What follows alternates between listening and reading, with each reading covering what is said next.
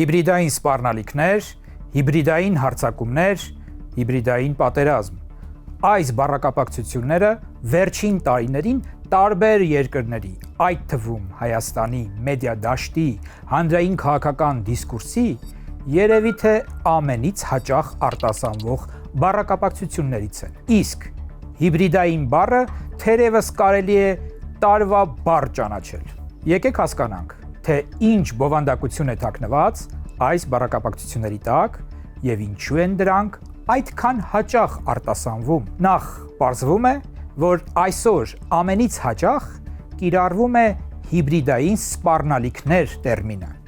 հատկապես եվրոպական կառույցների, գործիչների եւ փորձագետների կողմից։ Ամեն դեպքում չկա մեկ ակադեմիական շրջանակներում ամրագրված սահմանում, թե ինչ է հիբրիդային սպառնալիքը։ Սակայն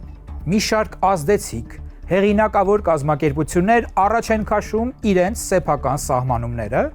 որոնց հիման վրա էլ կարող ենք պատկերացում կազմել այդ հասկացության բովանդակության վերաբերյալ։ Օրինակ, ՆԱՏՕ-ի եւ ԵՄ-ի աջակցությամբ ստեղծված եւ Հելսինկիում տեղակայված հիբրիդային սպառնալիքներին հակազդման եվրոպական կենտրոնը նշում է, որ հիբրիդային սպառնալիքները վնասակար գործողություններ են, որոնք ծրագրավորվում եւ իրականացվում են չարամիտ նպատակադրմամբ։ Այսինքն, ըստ այս սահմանման, ավտոմատ կերպով բոլոր տեսակի ապատեղեկատվությունները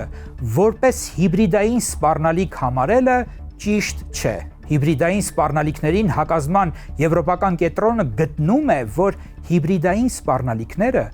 ուղղված են որևէ թիրախի, օրինակ, պետության կամ ինստիտուտի խաթարմանը տարբեր, հաճախ համակցված միջոցների կիրառմամբ։ Այդ միջոցների թվում են տեղեկատվական մանիպուլյացիաները, կիբերհարձակումները, տնտեսական ազդեցությունը կամ հարկադրանքը, գաղտնի քաղաքական մանևրումները, հարկադրական դիվանագիտությունը կամ ռազմական ուժի կիրառման սպառնալիքները։ Հիբրիդային սպառնալիքներ հասկացությունը նկարագրում է վնասակար գործունեության լայն շրջանակ, տարբեր նպատակներով,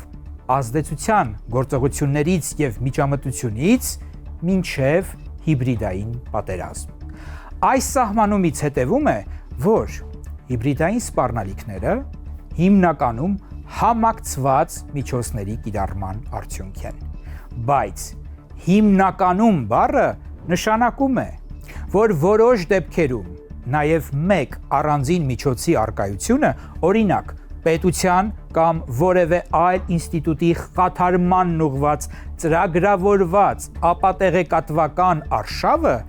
արդեն իսկ կարող է դիտարկվել որպես հիբրիդային սպառնալիք։ Սահմանումից նաև պարզ է դառնում, որ հիբրիդային պատերազմը հանդես է գալիս ոչ թե որպես հիբրիդային սպառնալիքների հոմանիշ, այլ որպես հիբրիդային սպառնալիքների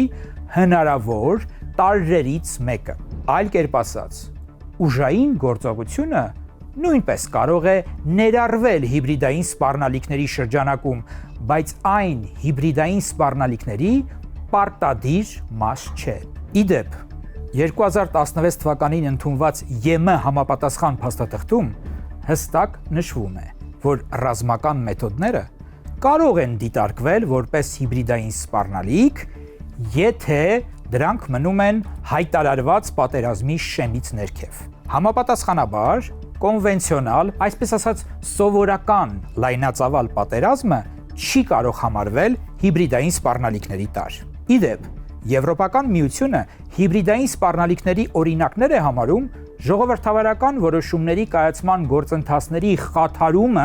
զանգվածային ապատեղեկատվական արշավների միջոցով, սոցիալական մեդիայի օգտագործումը քաղաքական նարատիվի վերահսկման կամ անհատների ռադիկալացման, հավաքագրման եւ պրոքսի դերակատարների ուղղորդման նպատակով։ Իսկ օրինակ ՆԱՏՕ-ն իր փաստաթղթերից մեկում բացատրում է, թե ինչու են հիբրիդային հարձակումները կամ ՆԱՏՕ-ի տերմինաբանությամբ հիբրիդային պատերազմը այսչափ տարածված մերօրյա աշխարհում։ ՆԱՏՕ-ն նշում է, որ քարոզչությունը, խաբեությունը, դիվերսիան եւ այլ ոչ ռազմական միջոցները վաղուց կիրառվել են հակառակորդներին ապակայունացնելու նպատակով։ Սակայն վերջին տարիներին դիտարկվող հարձակումների նորույթը դրանց արագությունն է, ծավալը եւ ինտենսիվությունը, որոնք պայմանավորված են արագ տեխնոլոգիական փոփոխություններով եւ գլոբալ փոխկապակցվածությամբ։ Այսինքն կարող ենք ասել, որ հիբրիդային սպառնալիքները տեղեկատվական թվային դարաշրջանի երևույթ են։ Թեև ապատեղեկատվությունը կարող է տարածվել տարբեր պետությունների կողմից, սակայն մասնագետները նշում են, որ հիբրիդային սպառնալիքները հիմնականում գալիս են խոշոր ավտորիտար պետություններից։ Իսկ եթե խոսքը հատկապես նախկին սոցիալիստական ճամբարի երկրների,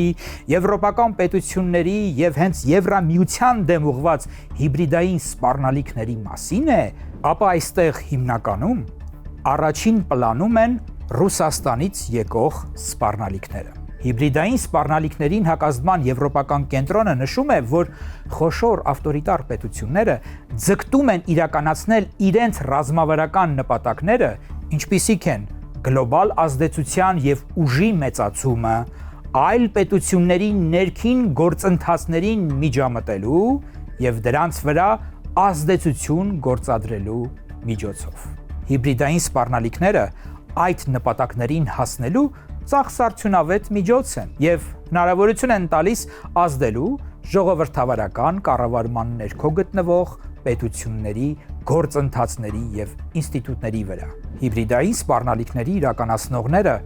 փորձում են խուսափել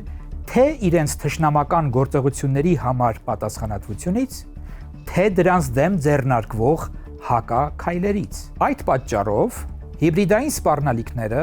նախագծվում են այնպես, որ դրանց հայտնաբերումը եւ դրանցից պաշտպանվելը բարդ լինի։ Դրանք մշակվում են այնպես,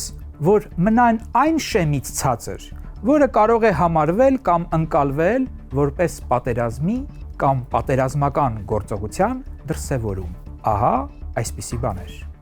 Կհանդիպենք։